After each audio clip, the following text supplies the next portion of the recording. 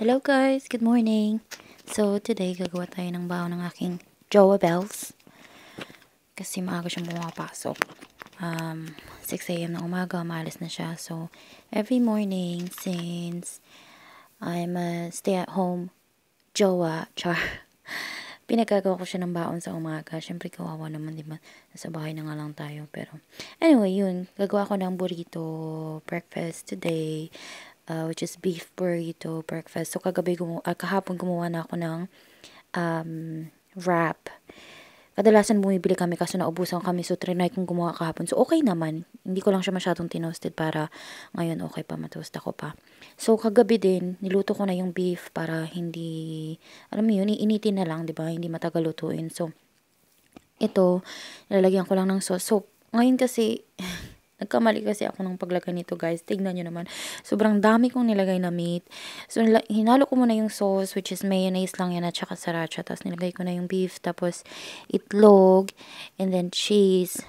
Kaso, lalagyan ko pa ulit ng dagdag pang itlog. And then tomato. And then lettuce.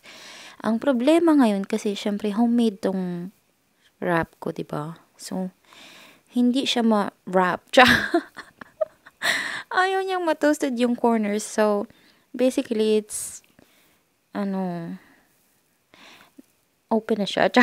Ayaw niyang magsara. Normally kasi, if bibili ka ng, wrap from supermarket, pag tinost kong ganyan yung mga gilid-gilid niya, nagsasara naman siya. Pero ayaw talaga. So, nag-give up na ako kaya naiinis na ako.